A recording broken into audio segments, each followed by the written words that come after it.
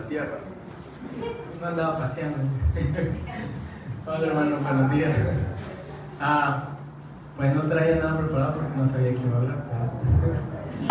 Quizá contarles que quizá cuando no me han visto y cuando he estado ausente es que se me ha dado la oportunidad de ir y compartir, o de andar traduciéndole también a Thor, de compartir y de ayudar y servir en lo que pueda, ¿verdad? Entonces, si no me han visto, entonces esa es la razón, ¿verdad? Yo creo que más que solo ir porque suena bonito el paseo, he tratado de orar y de pedirle a Dios guía y saber que Dios en realidad me está llamando, ¿verdad? No solo es de, qué bonito se escucha el paseo, ¿verdad? Y de ir. Entonces, hace un año ya, que la primera vez que viajé, y uno de los pastores en Costa Rica me pidió que predicara. Y yo le había estado orando a Dios y le había estado pidiendo que me usara, ¿verdad? Entonces cuando me dicen eso, pues la verdad es que me afligí porque pues no me sentía preparado. Y fue como Dios diciéndome, bueno, me pediste algo, aquí está, ¿verdad? Y para no hacer larga la historia, me pidieron que predicara un par de veces, ya van como 3 veces.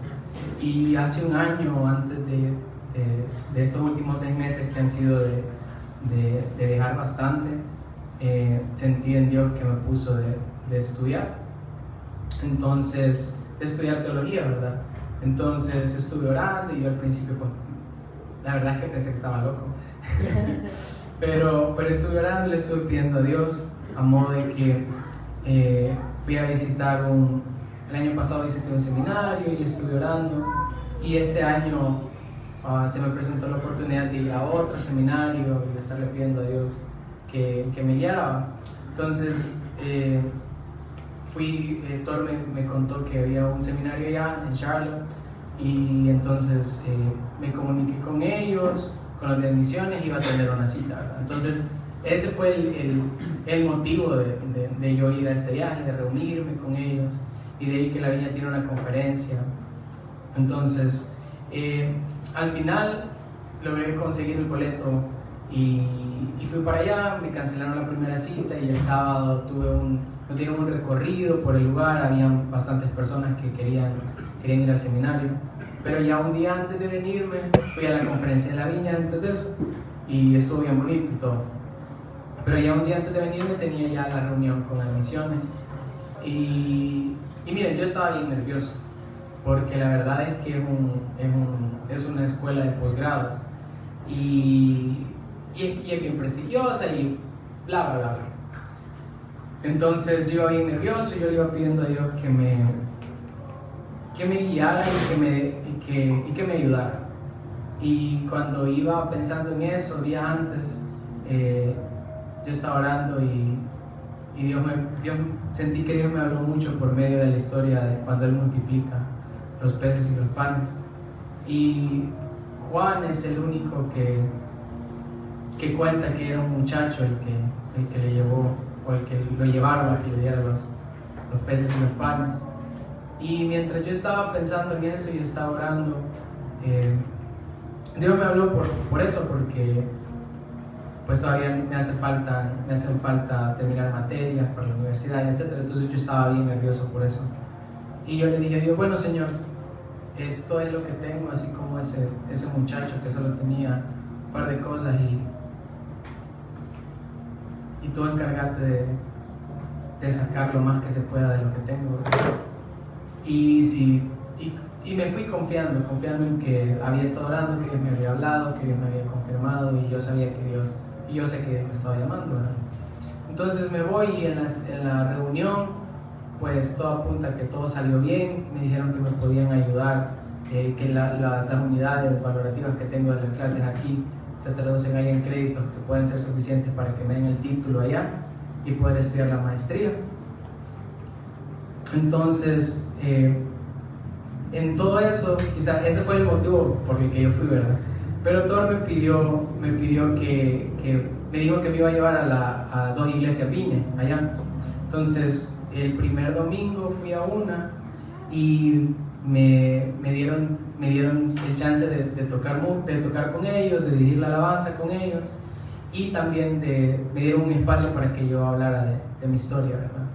Y lo que les acabo de contar es lo que les conté a ellos también, solo que no sabía que iba a suceder en el seminario, ¿verdad? Porque fue la primera semana, fue el primer domingo, y ellos, Thor les había contado de que nos acabamos de mover, y de que nuestro sistema de sonido ya estaba bien viejo, ya estaba fallando, y etcétera, ¿verdad? Entonces ellos decidieron darnos una ofrenda y ayudarnos. Nos dieron $1,000 para comprar el sistema de sonido. Y ya luego de eso, el siguiente domingo, y ya yo compartí y conocí gente, ¿verdad? Y ya el último domingo antes de venirnos, también la otra iglesia, fui donde ellos, dirigí la alabanza con ellos, me dieron un pequeño espacio a compartir, y ahí hablé también de mi historia y obviamente de la iglesia. Y todos les había comentado lo mismo, y ellos decidieron ofrendarnos también para el sistema de sonido otros $500. Y así es como hemos comprado estos dos, las bocinas y la consola. Y yo venía con la idea de sorprenderme, porque yo venía bien alegre de que nos habían donado. Entonces yo le dije a Chepe, porque yo vine el miércoles, le dije a Chepe el jueves: Chepe, mira, fíjate que quiero hablar unas cosas, no sé qué. Y Chepe ya quizás lo tenía en la mente, porque me dice: ¿qué estás pensando? Pues decime, me dice. Y le conté, y al final hasta los de la tienda nos hicieron descuento, porque salía más de la cuenta, y aquí estoy, ¿va? ya tenemos un sistema de sonido. Me alegra mucho ver la iglesia aquí, el lugar está bien bonito, y no sé, darle gracias a Dios por lo bueno que ha sido conmigo, pero también por lo bueno que ha sido con todos nosotros en la iglesia, y seguir orando y seguir a la expectativa, porque yo creo que Dios tiene más cosas para nosotros como iglesia. Gracias.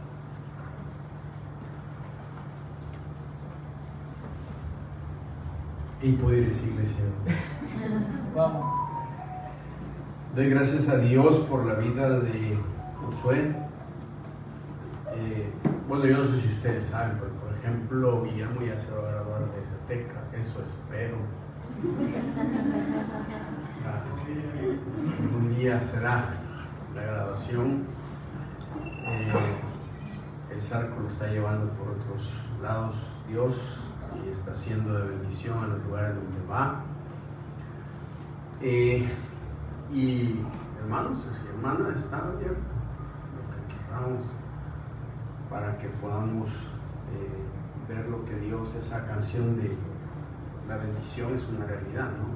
Es decir, y creo que necesitamos orar mucho para que Dios pueda ir levantando más personas que quieran tener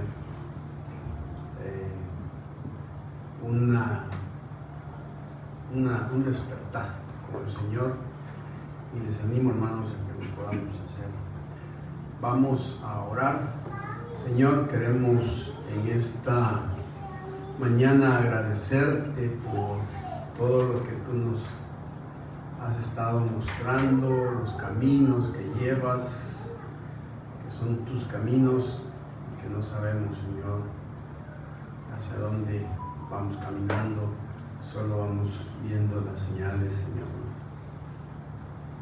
Bendecimos tu persona, tu carácter, tu vida, la vida que nos diste cuando viviste en este mundo, cómo te entregaste, Señor. Danos la fuerza para ver más allá de lo que realmente tenemos que ver. En el nombre de Jesús. Amén.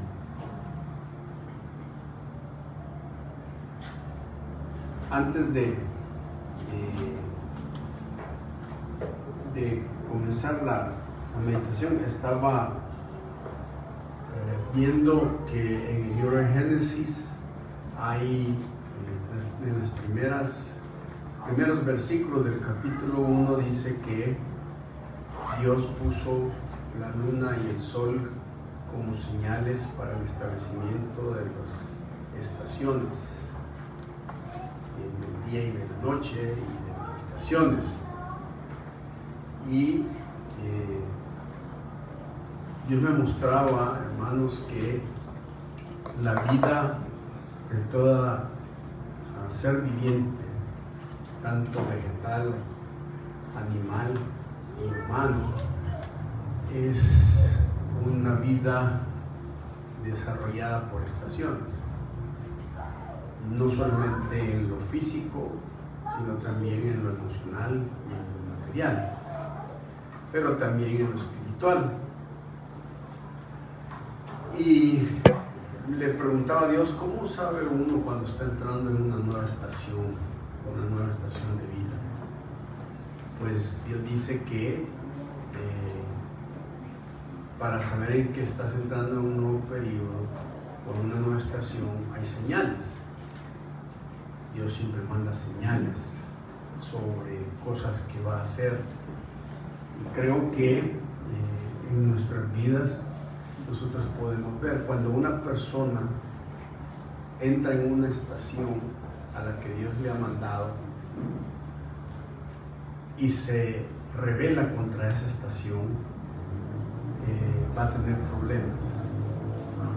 Si nosotros, por ejemplo, vemos en los países de los otros lados del charco, el otoño, la primavera, el invierno y el verano, cada uno de ellos tiene ciertas características que simple y sencillamente van a hacer que entendamos que estamos en un determinado periodo.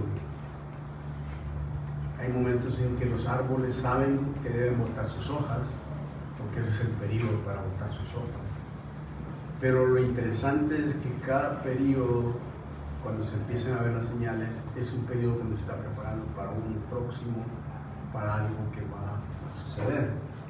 Y creo que lo que Josué nos está mostrando, y creo que todos nosotros podemos sentir que como iglesia estamos empezando a recibir señales para una nueva estación, para un nuevo periodo. La inteligencia de un cristiano está en saber interpretar las señales que Dios está mandando, porque puede ser que te esté mandando señales que vas a entrar en un periodo de invierno, pero el periodo de invierno te va a llevar a una primavera, ¿sí? Puede ser que Dios te esté enviando señales de que te va a llevar a una primavera, pero la primavera al otoño. Estás en una época de otoño, preparándote nuevamente para el invierno, y es un ciclo, así es que debemos verlo de esa forma. Allá por los años 1976, una cantante llamada Mary McGregor, no sé si alguno de ustedes la oyeron, era una cantante estadounidense que se dio a conocer en la fama y con una canción llamada Dividido entre dos amantes. La canción Torn Between Two Lovers encabezó la lista del Billboard, que es la lista de las mejores canciones. Estuvo en el número 1 durante 2 semanas. Era una canción bastante pegajosa, ¿no? Ella cantaba esa canción, dividido entre dos amores, entre dos amantes. Y la letra de la canción dice en algunas partes así: hay momentos en que una mujer tiene que decir lo que piensa. Aún sabe cuánto le va a doler. Antes de decir otra palabra, déjame decirte que te amo. Déjame abrazarte y decirte estas palabras con la mayor suavidad como puedo. Ha habido otro hombre que he necesitado y amado, pero eso no significa que te amo menos.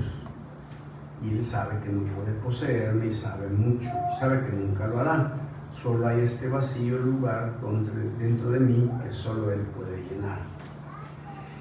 Dividido entre dos amantes, sintiéndome como una tonta, amarlos a los dos es romper todas las reglas.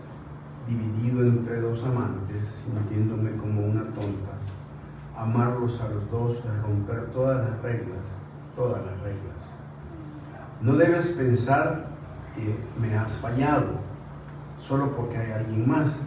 Fuiste el primer amor verdadero que tuve y todas las cosas que dije te juro que siguen siendo ciertas, porque nadie más puede ser o obtener la parte de mí la parte de mí que te di.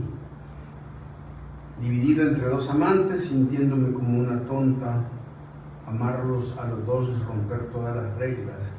Dividido entre dos amantes, sintiéndome como un tonto, amarlos a los dos es romper todas las reglas, todas las reglas.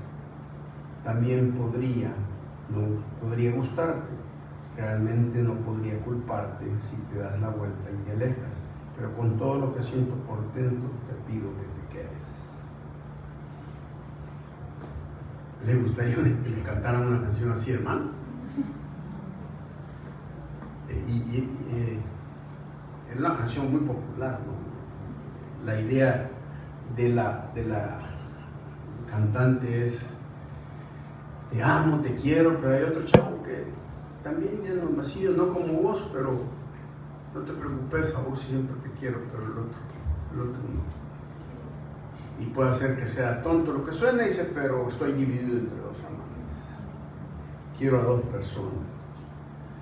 Ahora, imagínate que este fuera un himno de un cristiano, que lo pusiéramos en la lista de los himnos de cristianos y le cantáramos a Dios eso.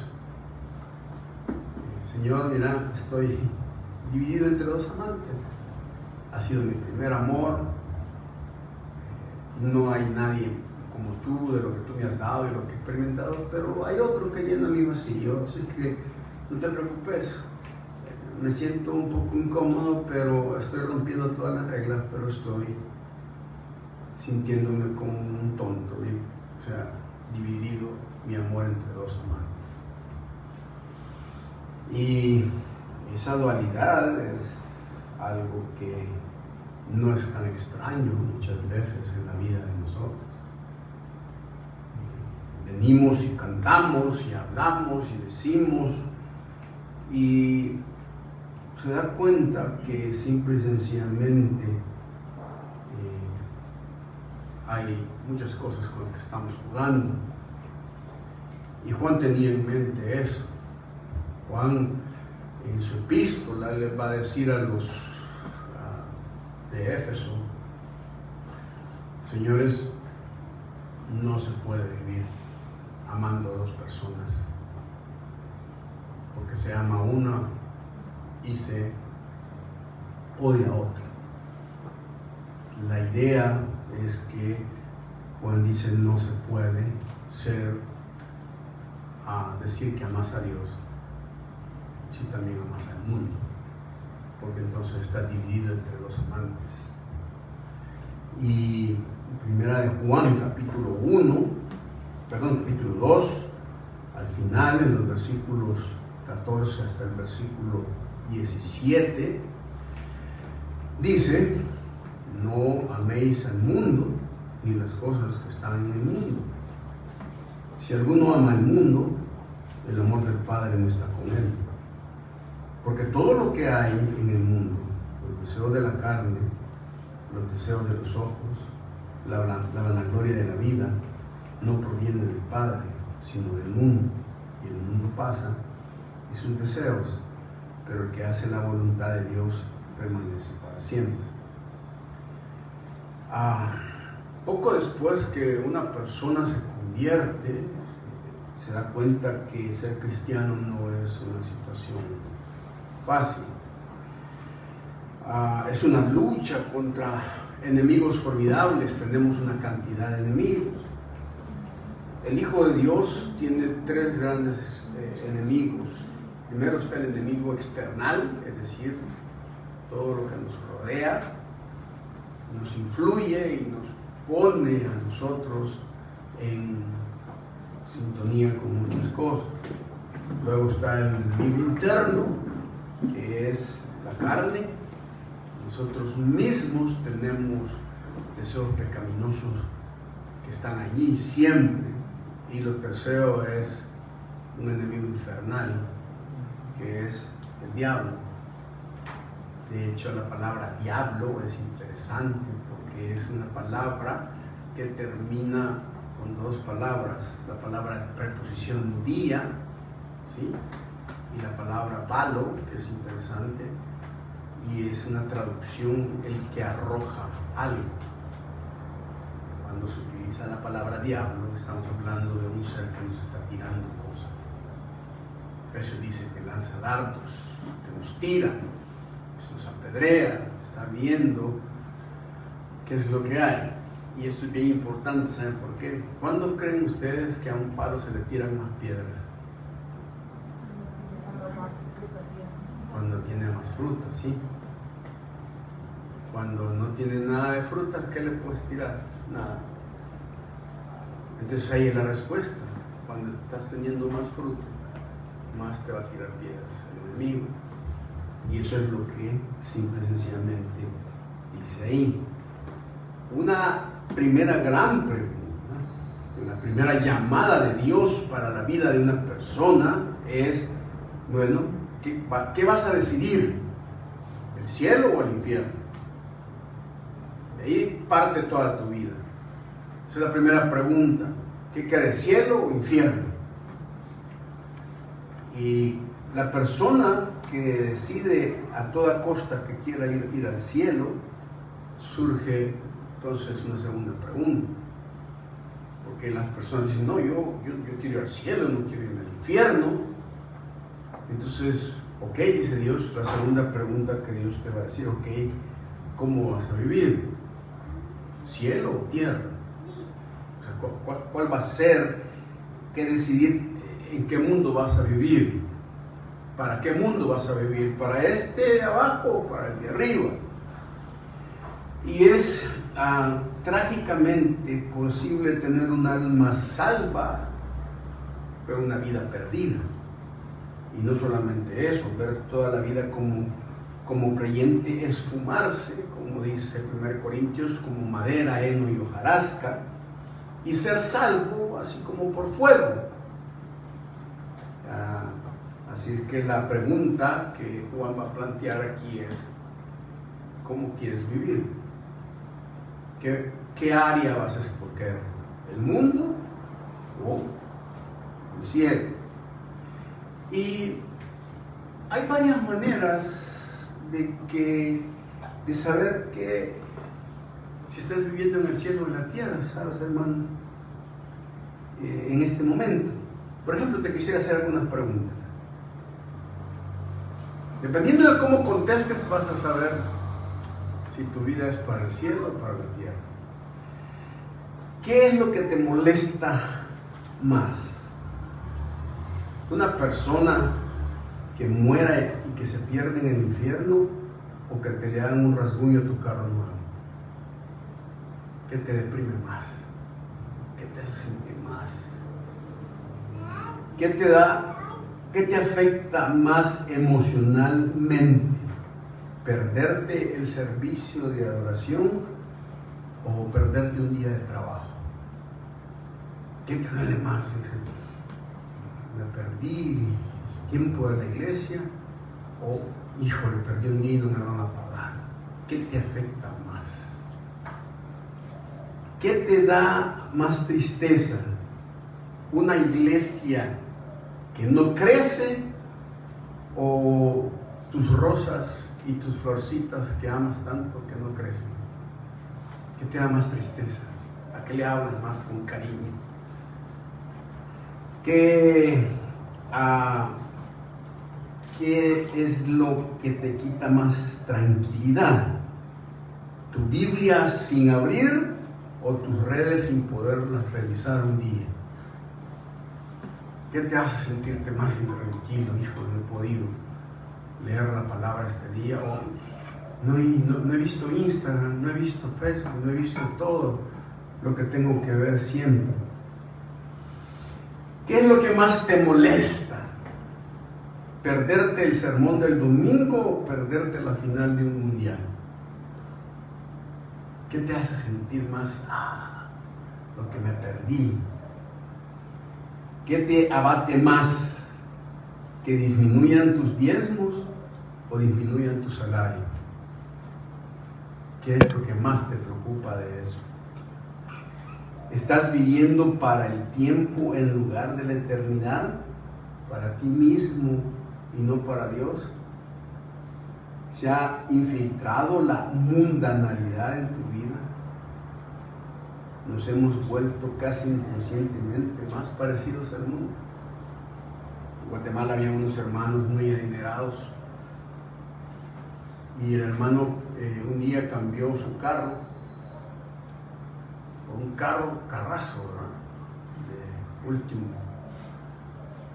Y el hermano llegaba a la iglesia y todo, siempre llegaba a lo tarde, pero de repente empezó a llegar temprano.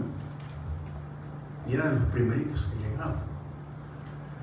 Y nos dimos cuenta con mi esposa que empezó a llegar tempranito, porque era la única forma de encontrar parqueo enfrente de la puerta de la iglesia para poder sentarse en la banca y estar viendo para afuera su carro.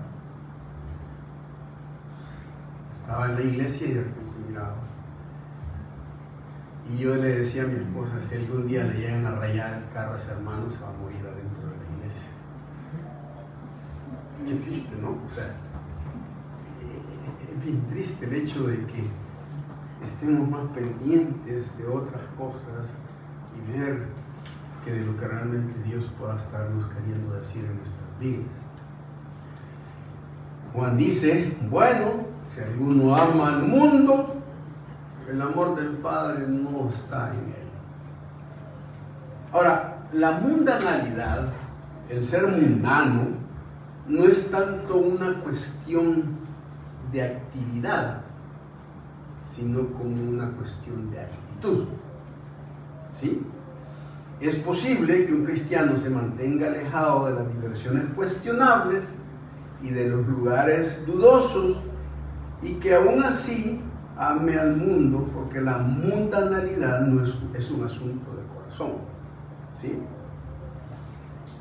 Por ejemplo, si una persona toma licor siendo cristiano, el problema no está en que lo tome, el problema, porque ese es un acto, el problema está en la razón por lo que lo toma, su actitud. ¿Sí? Y eso es bien importante. Por eso nosotros debemos evaluar y decir, ok, ¿por qué esto? Y hoy cada vez más en nuestras iglesias, pastores, líderes, hermanos, estamos acostumbrados a incluir dentro de eso, entre las categorías más cristianas, vino o algunas cosas para la celebración. Y muchas personas acusan y dicen que eso es madurez, o sea, no puedes juzgar a alguien por una situación como esa, es cierto, nadie tiene derecho a juzgar a nadie. Pero si hay una cosa que a mí me llamó la atención en la Biblia, es que en el Antiguo Testamento había un voto que se llamaba el voto de Nazareo. Y la ley del voto de Nazareo comienza diciendo así: si hay alguien que quiera estar completamente dedicado a Dios, hará un voto de Nazareo. Y el voto de Nazareo incluye, número 1, dejarse crecer el pelo, pasar cuchillos, y 2, no tomar vino, nada de alcohol. Incluso para el nazareo le era prohibido incluso comerse las uvas o alguna rama de la viña, porque eso para Dios contaminaba el voto. Entonces, usando la lógica de ese voto, dije, o sea, ¿qué quiere decir? Que una completa dedicación incluye la sobriedad y la abstención. Y oigan esto, cuando ustedes miran la vida de Sansón, se van a dar cuenta que Sansón era nazareo, porque Dios le dijo a sus papás que fuera dedicado a... Y el nazareo, por ejemplo, no podía tocar cosas muertas, porque eso también lo contaminaba. Cuando ustedes ven toda la vida de Sansón, se van a dar cuenta que las 3 cosas que no debe ser un nazareo las hizo. ¿Y cómo empezaba la cosa? Lo hicieron caer por cuestiones que ni siquiera se dio cuenta que se estaba entrando en el mundo, como lo vamos a ver en este pasaje. Por ejemplo, el tipo viene de andar rondeando y haciendo cosas, y se encuentra con un león. Al león lo mata y lo deja el cadáver muerto ahí. El cadáver lo deja ahí, porque no puede ver un cadáver vivo, ¿es cierto? Deja el cadáver muerto. Bueno, aunque sí hay muertos vivientes, oye, los zombies. Okay, entonces deja el cadáver, ya los tenía en la nuca, ustedes, ¿no? De la pana tenían que ser ustedes. El cadáver, y se va. Cuando luego regresa, encuentra en la boca del león un panal de miel. Y al parecer a Sansón le gustaba mucho la miel y tenía hambre. Y lo que hace es agarrar el panal y se lo come. El panal es dulce. ¿Y qué hizo ahí? Por comer el panal, tocó un cadáver. ¿Y qué hizo? Rompió su voto. Una cosa tan simple y tan sencilla, tan inocente, lo hace. Y ustedes podrán ver, por ejemplo, que Sansón dice que todas las veces que él viajaba de su tierra a donde los filisteos, porque a él le gustaban las filisteas y no las israelitas, a saber por qué, que las filisteas eran más sensuales, vamos a ver qué, más modelo, siempre iba a buscar filisteas. Pero hay un detalle del texto que dice que todas las veces que Sansón iba a buscar filisteas, se pasaba por en medio de los viñedos. Fíjese. Y Dios le había dicho a él que no tenía que entrar en contacto con eso. Y luego lo vemos haciendo fiestas, en donde hay de grandes borracheras. ¿Cómo comenzó Sansón a romper el voto del alcohol? Cuando empezó a andar rondando por las viñas, dando sus vueltas. Tal vez nunca agarró nada, tal vez no, pero se fue a meter ahí a esos lugares donde realmente se exponía más. Y al final, ¿cómo pierde su fuerza? Cuando rompe el voto de su pena. ¿Qué significa eso? Significa, mis amados hermanos, que ser mundano no es una actividad, es una actitud.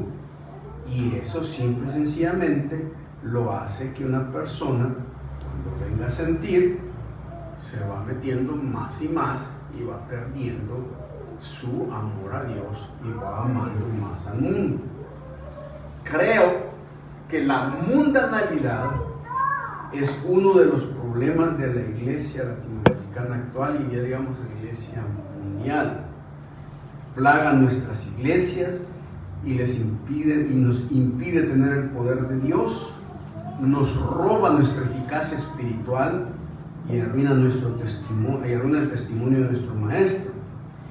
Sin embargo, hablar de un cristiano mundano, yo creo que es un nombre inapropiado. Es como un gran escritor dijo que es tan ilógico hablar de un cristiano mundano como hablar de un diablo cristiano. No encajan ahí. Ahora bien, ¿qué es la mundanalidad? Bueno, Juan trata ese tema en esos versículos y quiero darle 3 cosas que quizás pueden aclarar lo que Juan está diciendo aquí. Bueno, en primer lugar, Juan va a hacer una declaración de la mundanalidad. Juan dice: no améis el mundo ni las cosas que están en el mundo. Juan empieza diciendo que no es mundano, porque la palabra que aquí tenemos que definir es la palabra mundo. ¿A qué mundo se refiere? Y la palabra cosmos es una palabra que utilizamos en muchas palabras, tiene diferentes usos dentro del Nuevo Testamento. El cosmos, por ejemplo, se puede referir al mundo físico, es decir, las montañas, los cuerpos del agua, todo lo que simple y sencillamente está ocurriendo alrededor de nuestras vidas, todo lo físico. Es lo que Pablo dice en Atenas, que Dios hizo el mundo y todas las cosas que hay en él. Y Pablo está hablando de la belleza de la creación. Tampoco la palabra mundo aquí es el mundo poblado. Esta palabra puede referirse al grupo de personas, es decir, a la humanidad, así como lo pone Dios en Juan 3:16, porque de tal manera amó Dios al mundo. Está hablando de las personas, de la gente. También la palabra se puede usar no solamente en lo físico, sino en lo social, y simple y sencillamente que son definiciones. Ahora, nosotros tenemos la responsabilidad de amar a las personas que están en ese mundo de personas por las cuales Dios tiene. Ahora, ¿qué es el mundo para Juan y para el Nuevo Testamento? La palabra significa el orden o el pensamiento, el sistema, la disposición de las cosas. Por ejemplo, la idea del mundo tiene que ver con cubrir las realidades. La idea tiene que ver con el aspecto de que la mentalidad y el pensamiento de presentar unas ideas que no son las realidades que vivimos. Por ejemplo, la palabra cosmos, de ahí esa palabra viene la palabra cosmético, y esa palabra es interesante. ¿Por qué? Porque un cosmético es algo que, digamos, una persona, un hombre o una mujer, porque hoy también muchos usan cosméticos, se va a la cama y cuando amanece toda desmundana, y entonces tiene que usar el cosmético para presentarnos otra cosa. Y entonces ahí están ¿cómo se llama? Agarran la pala del albañil y se empiezan a repellar y todo lo demás, dicen esto y lo otro y aquello, y entonces las personas dicen: está usando un cosmético. Entonces el mundo al que Juan utiliza aquí es al sistema, a cómo piensan las personas. Usamos la palabra de esta manera. Por ejemplo, hablamos del mundo del deporte, y cuando hablamos del mundo del deporte estamos diciendo un sistema de ideas y actividades de las personas que se dedican al deporte. Hablamos del mundo de la política y tenemos ideas de lo que es un político, cómo es ese pensamiento. Pero aquí Juan, en este versículo, cuando habla del mundo, está utilizando la palabra para referirse al sistema de pensamiento espiritual invisible del mal. Es como piensa tu enemigo, es como piensa la carne, es como piensa todo lo que se opone contra Dios, todo lo que hace. Implica que el Satanás, dice la Biblia, es el príncipe de este mundo, es el que gobierna, y la gente, las personas perdidas que no tienen una relación con Dios, son hijas de ese mundo y son hijos de Satanás. Y nosotros, como hijos de Dios, estamos inmersos en este mundo. Pero una cosa es que naveguemos en ese mundo, que naveguemos sobre el agua de ese mundo, y otra cosa es que el agua se nos meta al barco. porque entonces la cuestión ya es otra cosa. Y entonces la mundanalidad es vivir para este mundo en lugar de vivir para el mundo venidero. Alguien dijo que una mundanalidad o alguien que es mundano es aquella cosa que me impida amar al Señor como debo amarlo y hacer la voluntad de Dios como debo hacerlo. John Wesley dijo que todo aquello que te hace amar menos a Dios es mundano. Todo aquello que te hace amar menos a Dios es mundano. Y la mundanalidad en realidad no es necesariamente lo que haces, sino lo que piensas. No puedes hacer nada y sin embargo tener un montón de cosas en tu cabeza. Ahora, ¿cómo es la forma de pensar entonces en esto? Es preocupante que él aclara y dice, ¿cuál es tu pensamiento y qué estás pensando? Y hermanos, realmente, si hay una cosa que a mí me sorprende, es que en nuestro disco duro de nuestra cabeza, muchas veces el chip que tenemos es un chip tan mundano, porque no sabemos diferenciar todos los conceptos de Dios y del amor de Dios en todas las cosas que hacemos, y tenemos muchas veces más amor por las cosas con las que hacemos. Ahora, la segunda cosa es que Juan no solamente me habla, hace una aclaración de lo que realmente es el mundo, y hace esa definición de lo que es el mundo, sino que en segundo lugar, para Juan, es que no solamente es importante la definición o la aclaración de la mundanalidad, sino que es preocupante la contaminación de la mundanalidad en la vida de los cristianos.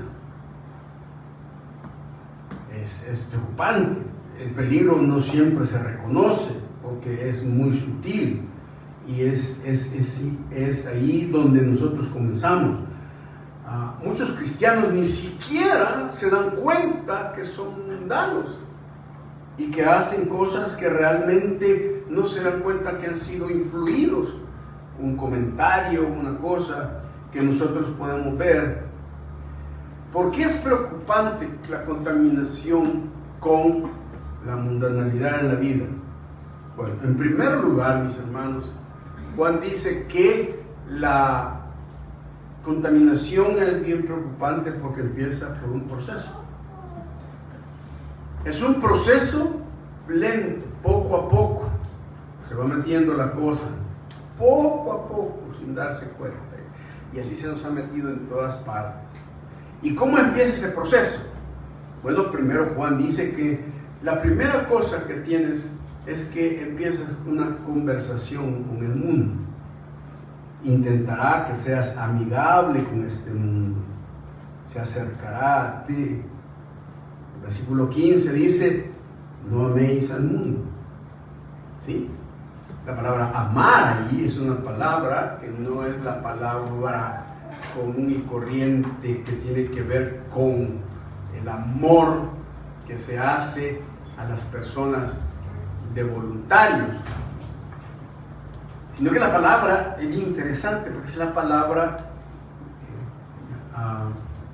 de amigos, de alguien que tiene una amistad, alguien que es filial, porque la palabra es filia. Y Juan dice, no sean tancheros del mundo, no tengan poca resistencia a las cosas, ¿sí?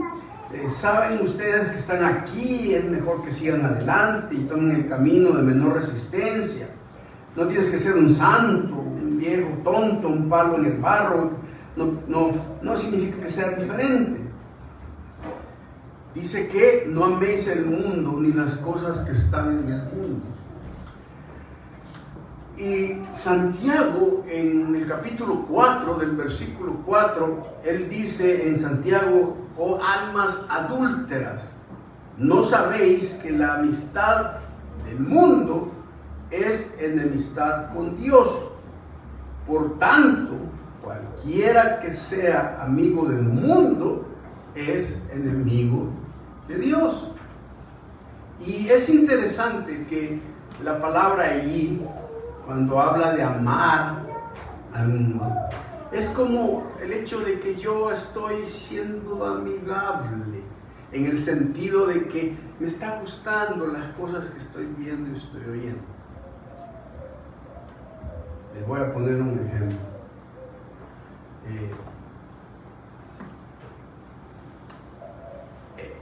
A veces cuando estoy haciendo ejercicio, estoy viendo el teléfono y para concentrarme solo es para no estar pensando en lo que tengo que hacer.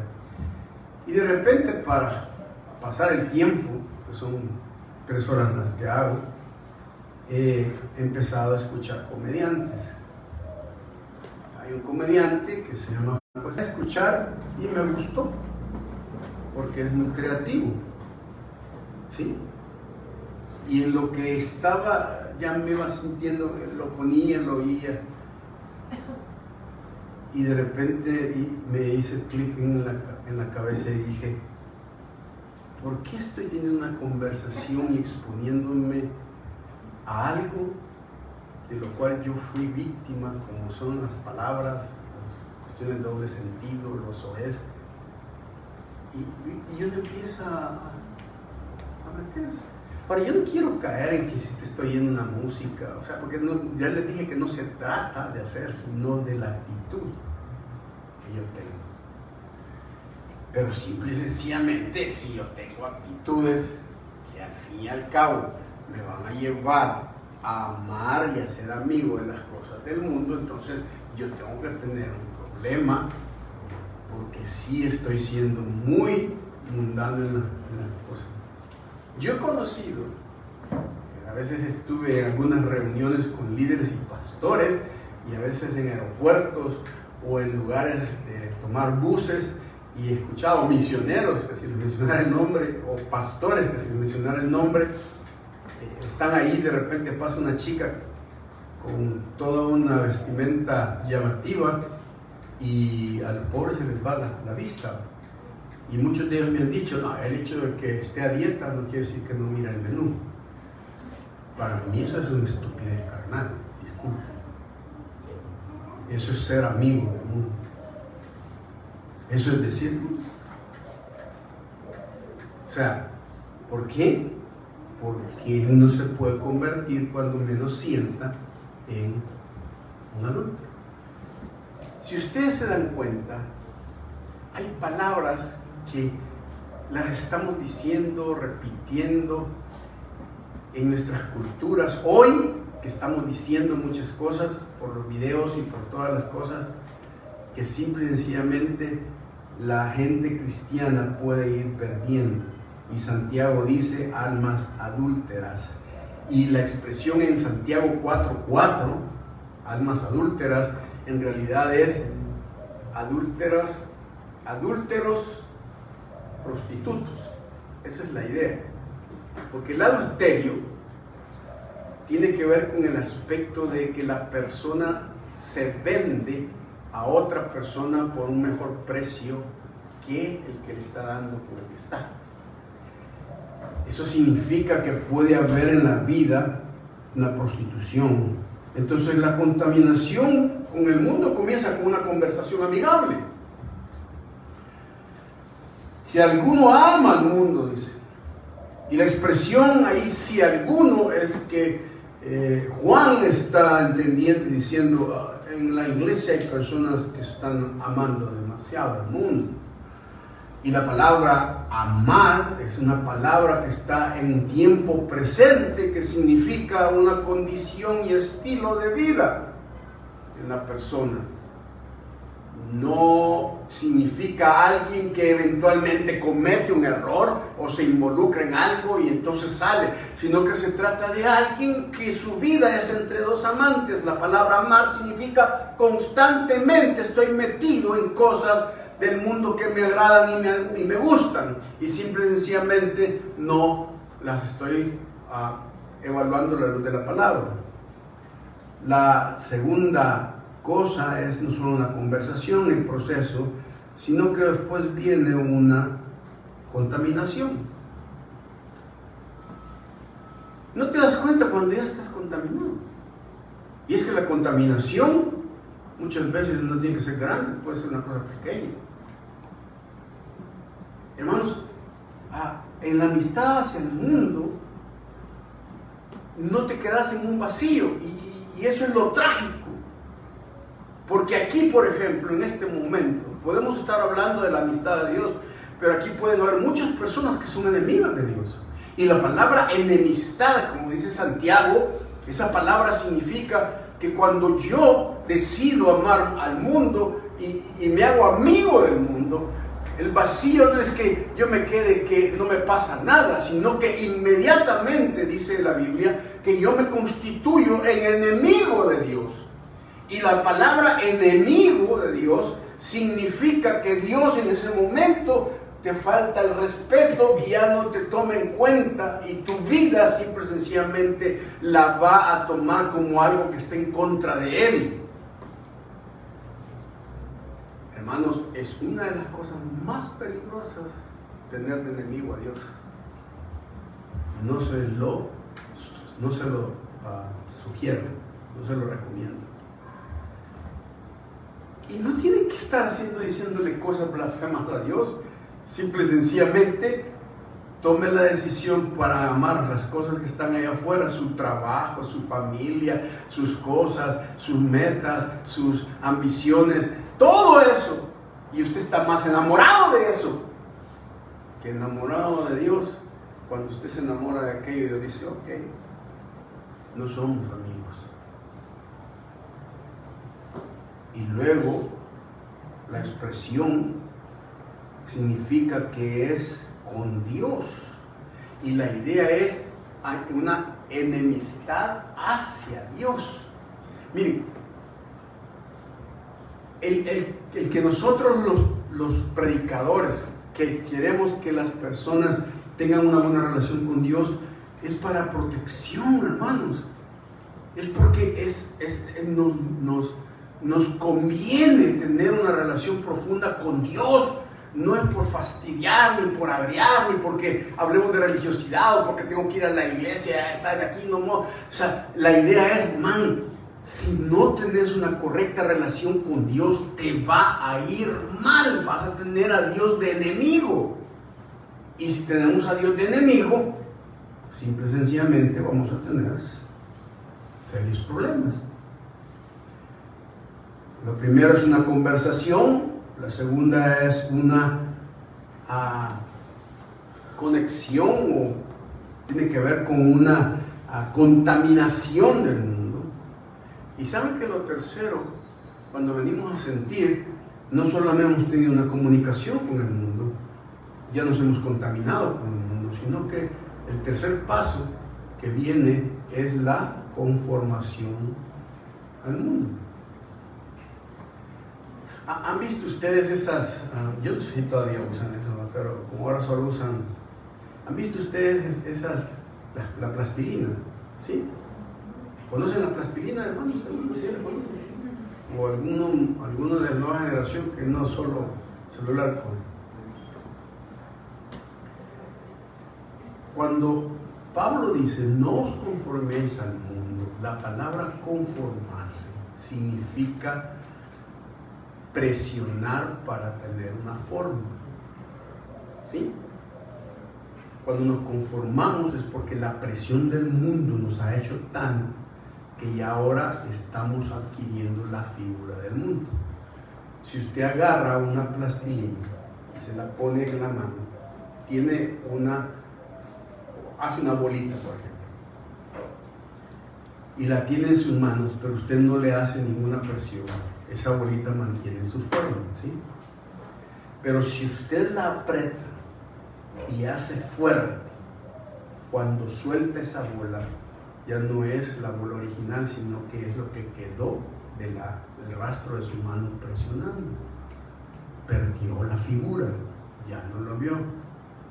Ahora hay quien pierde la figura porque come mucho, pero eso es otra cosa. pierde la figura porque la presión del mundo viene ahí. Y la idea de Pablo es: no dejéis que el mundo que os rodee os apriete en su molde. Significa que el mundo tiene un molde, y cuando uno se mete ahí, ese molde nos va a apretar de tal manera que cuando saque seamos parecidos a ese molde. Y miren, una vez más, el mundo quiere convertir nuestras vidas en copias que piensan como piensan, actúan y a dónde van, y el mismo estándar que tienen en el mundo. Una de las tragedias de la iglesia latinoamericana de este siglo es que nos conformamos a las normas del mundo, y los cristianos simple y sencillamente ya no tienen la forma que Dios nos dio cuando Él murió por nosotros, y no se puede distinguir entre las personas salvas y las personas perdidas por la forma en que hay un montón de cosas. Nos conformamos a la presión del mundo. Y no sé si decir esto porque voy a sonar. ¿Por qué tenemos que copiar todas las prácticas del mundo, por ejemplo, en las bodas cristianas? ¿Por qué tenemos que hacer eso? ¿Por qué no nos podemos casar cristianamente sin copiar el baile, el brindis, el vino, la fiesta? Suene retrógrado, ya cumplí 64 años, pero ¿por qué tenemos que hacer eso? ¿Por qué tenemos que, cuando se tienen que hacer algún tipo de festividades o experiencias cristianas, tenemos que conformarnos de acuerdo al mundo? ¿Por qué? ¿Por qué cuando estudiamos una carrera, psicología, cualquier otra cosa, tenemos que creerle más a la técnica psicológica que a la Biblia, que nos da la respuesta para eso? Y en lugar de conformar el contenido psicológico a la Biblia y ponerlo con los plantas, lo que hacemos es que ahora creemos más en los aspectos psicológicos que en los aspectos espirituales. ¿Por qué? ¿Por qué tenemos? ¿Por qué? Porque hemos empezado conversando, nos hemos contaminado, nos vamos conformando. ¿Y qué es lo que ocurre? La condenación que atrae eso. ¿Por qué? Porque dice que nosotros vamos, dice, si alguno ama el mundo, el amor del Padre no está en él. ¿Qué declaración más fuerte? La idea es de que al fin y al cabo Dios dice: pues si no me querés, si no me amas, ¿por qué yo tengo que mostrar amor? Si al fin y al cabo ni siquiera tienes una relación de amor conmigo. Yo he visto en casas y en lugares, dice: Señor, perdóname si yo me olvido de ti, pero tú nunca te olvides de mí. Y yo digo: ¿por qué no? O sea, ¿por qué Dios tiene que acordarse de ti si tú no te acuerdas de Él? ¿Por qué? Claro, Dios es bueno porque cuando mira nuestro corazón abatido nos echa la mano, pero al fin y al cabo Dios no tiene por qué estar diciendo: o sea, hermanos, ustedes quisieran vivir con alguien que no los quiere. Un hijo o una hija que con alguien que no los quiere. Es horrible, pues, ¿o no? Simple y sencillamente, y que la persona sea tan indiferente que lo que ocasiona en la vida de la otra persona es sentirse tan rechazada que lo que hace es matar el amor de la otra persona, al fin y al cabo. Solo una persona que tiene un problema ya seriamente emocional sigue de necio con alguien que realmente no lo quiere, solo por seguir. Entonces es la misma relación con Dios. ¿Por qué Dios va a querer y va a estar involucrado emocionalmente contigo si se siente rechazado porque tú estás amando más las cosas que están afuera del círculo de la realidad de Dios? Ahora, esa condenación es bien interesante, ¿sabe por qué? Dice en el versículo 15, dice: alguno ama el mundo, perdón, el versículo 16, Porque todo lo que hay en el mundo, los deseos de la carne, los deseos de los ojos y la vanagloria de la vida, no provienen del mundo. Y el mundo pasa en sus deseos. ¿Sabe cuál es el gran problema? El versículo dice, el mundo pasa y sus deseos. La palabra deseos aquí es palabra de, ya lo vamos a ver más adelante. Pero lo que quiero decirles es esto, la expresión el mundo pasa es un presente intensivo. ¿Qué significa eso? Significa que Dios dice, miren señores, este mundo se va deshaciendo, se va a ver. Por ejemplo, miren,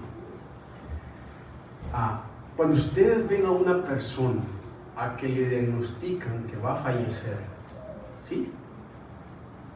Que va a morir, y tal vez la ven y cuando le dicen, esta persona va a morir, y en el momento en que se lo dicen no se ve, porque está saludable, o sea, se ve saludable, pero el médico le dice, usted va a morir. Esa persona en ese momento empieza a entrar en un proceso de desgaste que va pasando, en lugar de ir mejorando, menos que Dios haga un milagro, o el médico haga un milagro con la medicina, pero cuando la persona ella va deteriorándose, pasando, hasta que al final termina, ¿sí? Por ejemplo, en nuestra experiencia con mi suegra, nosotros vimos a mi suegra deteriorarse en un periodo de 3 años, desde lo que era una mujer robusta hasta ser una persona que quedó totalmente deshecha por la enfermedad, hasta que al final murió, ¿sí? Todo ese proceso. Entonces, Juan utiliza esa palabra aquí, y el mundo, dice, está diagnosticado para fallecer. ¿Qué significa eso? Significa que todo lo que nuestro sistema y pensamiento de este mundo ya se le diagnosticó una enfermedad terminal, y lo que va a pasar con lo que vivimos es que este mundo, en lugar de ir mejorando, Dios lo lleva hacia la destrucción y la culminación de algo. ¿Sí? Ahora mire esto, si una persona, por ejemplo, le diagnostican una enfermedad incurable, cáncer o lo que sea, y esa persona llega a un trabajo y le dicen, tengo tanto, soy licenciado esto y eso, pero tengo una enfermedad terminal, ¿creen que lo van a contratar? No, ¿por qué? Así porque no garantiza nada. ¿Sí? Entonces, usted invertiría en algo que está a punto de destruirse. Dice, mire, necesitamos que invierta en este negocio, pero tenemos tantas pérdidas que yo creo que de aquí a unos 6 meses va a cerrar. ¿Usted invertiría en eso? Diría, no importa, yo voy a poner, quiero invertir en esto. Si le ha advertido de que eso que usted va a invertir, eso se va a terminar, se va a acabar. Nadie hace eso, solo los cristianos mundanos. O sea, aquellos que vienen y no se dan cuenta que un día, tanto el mundo en el que viven como ellos van a fallecer y se van a ir deshaciendo. Se van a ir haciendo poco a poco hasta el final. Y por eso Juan dice, es absurdo que amen al mundo y las cosas que están en el mundo. ¿Por qué? Porque tienen caducidad, hermano. Esta semana hemos tenido la bendición de ir a lugares de hermanos, amigos antiguos, que han logrado recursos, pues, y nos llevaron a unas casas lindísimas, preciosas. Y son casas soñadas, o sea, de revista y cosas, ¿no? Hasta los detalles que le hicieron, los jardines y todo. Y todos nosotros anhelamos eso, ¿no? decir, que quise en mi casa así, hacer todo esto y con una sala aquí, con esto y lo otro. Y la pregunta que uno se hace es, eso no va a permanecer. Gracias a Dios, varios de estos hermanos tienen un corazón para Dios. No están ellos mismos dijeron, nosotros sabemos que esto es de Dios y si se va, se va. Si nos lo quitan, no vamos a morir. Lo vamos a disfrutar en este momento. Pero no es nuestra vida. Es, ¿por qué nos estamos matando, hermanos? ¿Por qué nos estamos muriendo por algo que al fin y al cabo se va a acabar, pues? Y que nada no vamos a poder llevar, pues. Ahora, esto no quiere decir que seamos conformistas y que no hagamos metas y logremos, y si tenemos recursos, que bien, y si Dios le da plata, bien, ofrende bien, mándenme diezmos a mí y todo, pero no tengo yo por qué estar tan afanado, porque Juan dice, el mundo y sus cosas está falleciendo. Ahora, al final Juan habla de las ideas y dice el versículo que hay 3 cosas que nos afectan a nosotros para tener una vida mundana. Primero dice, es que en realidad dice, tenemos los deseos de la carne. La palabra deseo se repite 4 veces y los deseos es la palabra episomía, que significa una pasión desordenada. Es aquella cosa como de querer acaparar, de tener más. Y la primera área dice que es los deseos que nosotros tenemos de la carne. Cuando hablamos de la carne aquí, estamos hablando de nuestra naturaleza que de repente se nos planta y empezamos a querer tener algo que no nos conviene porque nuestra carne nos traiciona, porque simple y sencillamente tendemos a las cosas malas y quiero tenerlo, quiero hacerlo, quiero ver esas cosas, los deseos de la carne. Y el diablo comienza simple y sencillamente tocándome las áreas para que yo pueda hacerlo y ver. Y luego dice que tenemos los deseos de la carne y los deseos de los ojos. Es increíble que la idea en la carne es lo que hacemos, pero también de lo que vemos. El enemigo tiene mucho que hacernos a nosotros porque los ojos son nuestra entrada y muchas veces los deseos de esos ojos son los que nos meten en problemas. ¿Qué estamos viendo, hermano? ¿Qué es lo que nos atrae? No es extraño saber que una de las cosas que más afecta en lo secreto a la iglesia es la pornografía y todas las cosas que estamos viendo, observando. Aún en las películas y en las series más comunes que podamos estar viendo, o sea, no puede existir ahora una película, una serie sin que metan el aspecto de la identidad de género en cualquier serie. Con mi esposa estábamos viendo una serie, la serie de SWAT, que es una serie de policías, y ahí una policía es bisexual, pero luego durante toda la serie se mete en una relación, ¿cómo que dijo que se llamaba? Una relación triamorosa o multiamorosa. Y la idea es que llega una pareja y la invitan a ella a que se agregue a la pareja y que los 3 puedan intercambiar entre ellas 2 como todo aspecto sexual, con el hombre y el hombre con una o con la otra, y las 3 viven juntas. Y en la serie la felicitan por el valor de decir todo eso.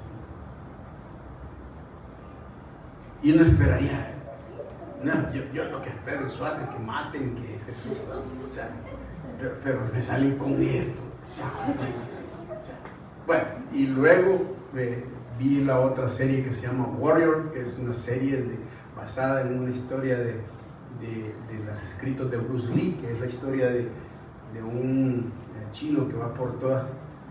Y de repente, man, ahí meten mujeres con mujeres, hombres con hombres, y a la hora del karate, con las que son las mejores espadachines, las que hacen todo.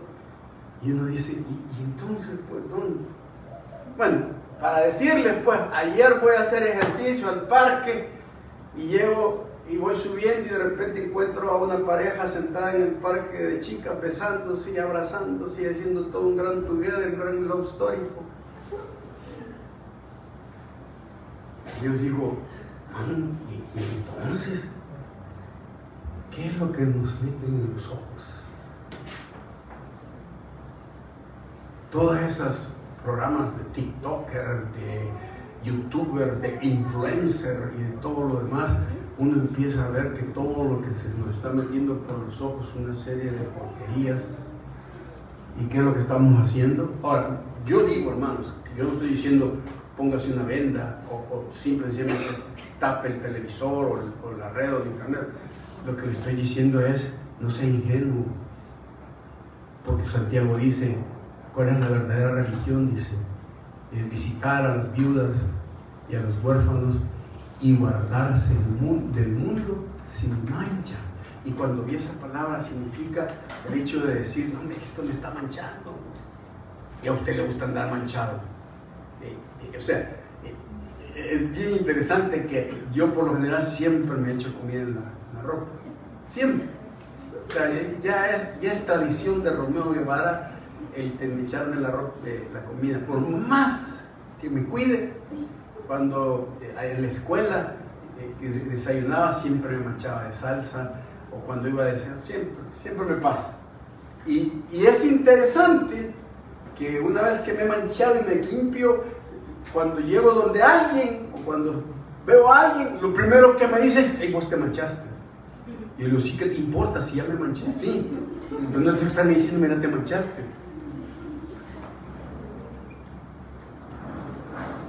Porque uno sabe que está manchado, pues.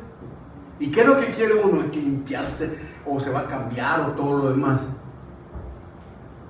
Y me preguntaba, quizás Dios podría caminar y decirme, hey, ¿estás manchado, hermano? ¿Seguimos con la mancha? No, lo que hacemos es limpiarnos.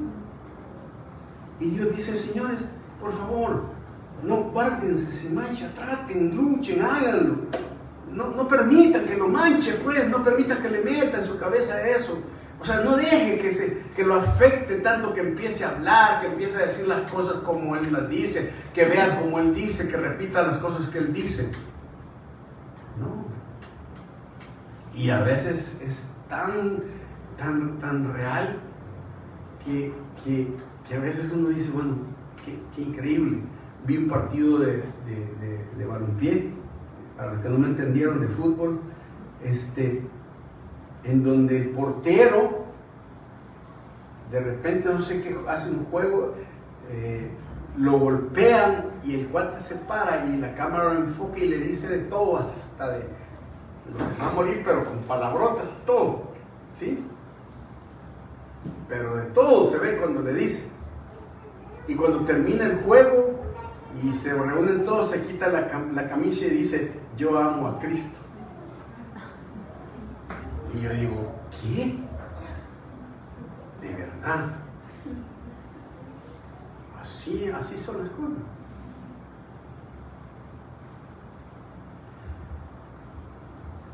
Al final, hermanos, ¿qué es lo que Juan dice que debemos hacer? Primero dice Juan, para que usted no se manche o se limpie la mancha, entienda primero esto. Desarrolle, por favor, una mentalidad de exclusividad con Dios. ¿A qué se refiere con esto? Nos contaban estos hermanos que su hijo se casó en Alemania y estuvieron en la boda, y en la boda el pastor que tenía la pareja le dijo a los dos, primero al chico y después a la chica. Al chico le dijo, fulano de tal, a partir de ahora ya no hay otra mujer en tu vida, absolutamente ni una otra mujer en tu vida, a la que vas a tratar con amor, con respeto, con toda delicadeza y con toda atención que esta mujer. A partir de ahora se acabaron tus ojos para otras mujeres. Y a la chica le dijo lo mismo. A partir de ahora, él es el único. ¿Por qué? Porque el matrimonio es una relación de exclusividad. ¿Sí? Por ejemplo, yo, en lo personal, creo que una persona, un hombre y una mujer se casan. Creo que una mujer casada ya no debería tener amigos, ni reunirse con sus amigos. No. También creo que un hombre casado ya no podría decir, es que estas son mis amigas y las voy a ver y visitar de vez en cuando a mis amigas. No. ¿Por qué? Porque ya no se puede. Porque es un tipo de relación de dos géneros que siempre puede terminar en otro problema. ¿Sí? Entonces, ¿te casaste? No voy a decir te amolaste. ¿Te casaste? Es exclusivo. Entonces, mire esto. Cuando usted llegó donde el Señor Jesús y le dijo, gracias Padre por perdonarme mis pecados, y a partir de ahora tengo una relación contigo, y Dios dijo, hijo, yo te perdono, tengo una relación contigo, ¿qué ocurre? Es una relación entre Cristo y su esposa. ¿Y qué significa eso? Lo mismo que significa un matrimonio. A partir de ese momento, nadie más puede tomar el lugar de Cristo. Nadie, porque es una relación de exclusividad. Y Juan dice, miren, amen a Dios, porque amar a Dios es tener una relación de intimidad exclusiva. ¿Qué significa? Que si yo realmente le digo a esta persona que amo, y de repente en el mundo en el que ando hay otra mujer que me llama la atención y que yo estoy tentado a poderle prestar atención, mi decisión de amar exclusivamente a esta mujer me hace y me obliga a decir, no puedo con ella aunque me dé entrada y me gusta. ¿Por qué? Porque tengo una relación exclusiva con ella, y hacer eso sería dañar a esta persona. Por eso es que el adulterio espiritual aparece ahí. Y lo mismo ocurre con una mujer. Hermanos, si uno entiende eso, que al hacer esto afectaría a su pareja, Dios, entonces uno dice, no puedo hacerlo. ¿Por qué? Porque le prometí a mi Dios que Él iba a ser el único para mí, pues. Pero ¿cuántos andan engañando a Dios? Andamos engañando a Dios. Andamos haciendo un montón de cosas. ¿Y sabe qué es lo más triste de esto? Lo más triste es que cuando estamos en gran crisis, vamos a donde el que traicionamos, pues. Fíjense. Y llegamos, ay Dios, ayúdame. Y Dios dice, me fuiste infiel. Para Dios es bueno y nos perdona y nos restaura, pero no abuse. Entonces, para evitar la mundanalidad, hay que tener un sentido de exclusividad. Segundo, hay que tener una sensibilidad de eternidad. ¿Qué significa eso? Significa, mis amados hermanos, que el mundo está pasando, y si no lo hemos entendido, está diciendo que ya va a acabarse. Llegará el momento en que esto se va a acabar, y entonces vamos a tener resultados en nuestras vidas. Y tercero, hay que tener una movilidad de fidelidad. ¿Por qué dice ahí? Dice, pero el que hace, el versículo 17 al final, pero el que hace la voluntad de Dios permanece para siempre. Hay dos cosas que quiero decirle aquí. Número uno, dice el que hace, no el que oye, ni el que sabe, sino el que hace. Significa que ser fiel es algo de acción y no una actitud. Es el hecho de decir, voy a tomar decisiones para obedecer a Dios. Y por eso es tan importante, hermanos, que nosotros tengamos una vida en donde aprendamos de Dios, aprendamos las cosas que Dios quiere decirnos. Y luego dice, el que hace la voluntad de Dios permanece para siempre. Quiere tener un futuro, que no se le cambie un futuro bueno.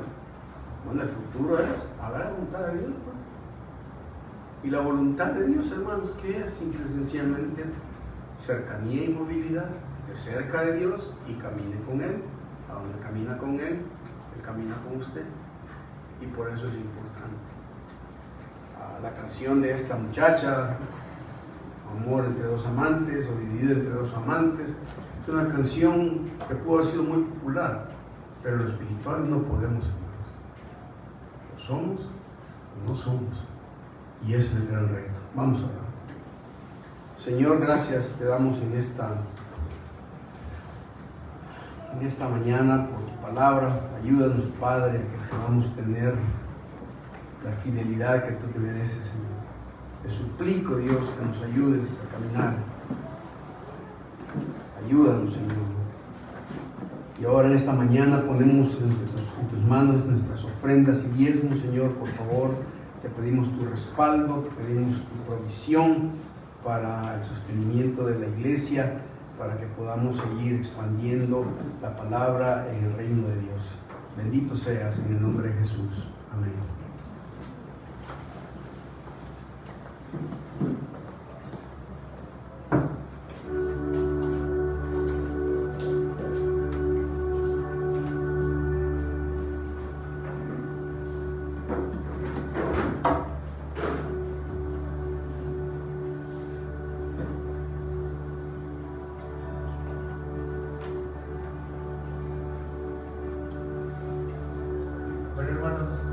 Vamos a continuar con nuestro tiempo. Yo quiero invitar a que nos pongamos en pie y que también podamos disfrutar este momento y adorarlo por última vez en este domingo juntos, y que recibamos las ofrendas y que podamos dar con alegría. Entonces oremos, hermanos. Gracias, Padre, por tu amor, Señor, por tu gracia. Gracias, Señor, porque nos hablas, nos guías en espíritu y en verdad, Señor. Padre, te quiero pedir que bendigas las ofrendas, que nos ayudes, Señor, a seguir construyendo tu iglesia, Padre, que esta nueva temporada en la que nos estás llevando, Señor, sea de fruto, Señor, sea de bendición, sea una primavera, Señor. Bendecimos las ofrendas, bendecimos a la congregación, Señor, en tu santo nombre oramos. Amén y amén.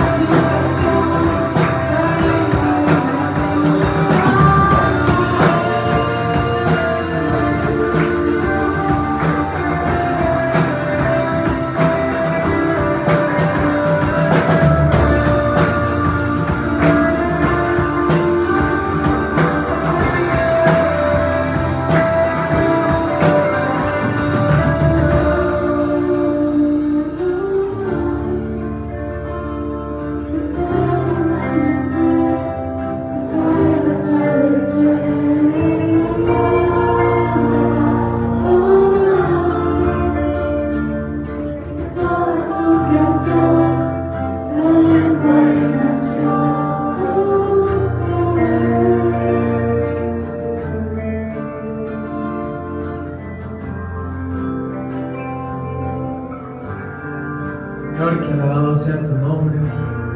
Padre, eres exaltado. Señor, te amamos y te bendecimos, Padre.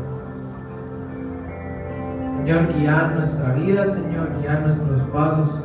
Padre, sé luz alumbrando nuestro camino. Padre, te bendecimos y te exaltamos en el nombre de Jesús. Amén. Bueno, hermanos, bendiciones.